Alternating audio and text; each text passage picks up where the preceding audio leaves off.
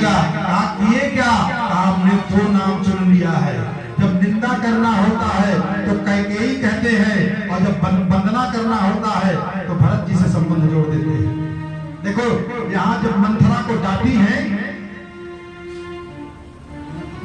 मंथरा को जब डांटी है कैकेयी अम्बा, तो गोस्वामी जी की परम पावन लेखनी लिखती है कि काने खोरे कुगरे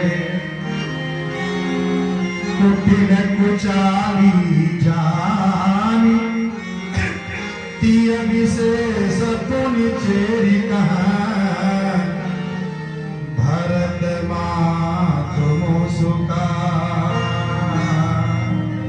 भरत जी से संबंध जोड़ रहे हैं।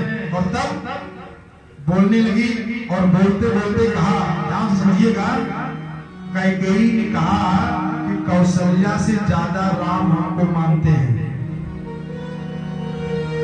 मंथरा कैसे प्रवेश करती है, ध्यान देना। अध्यात्म की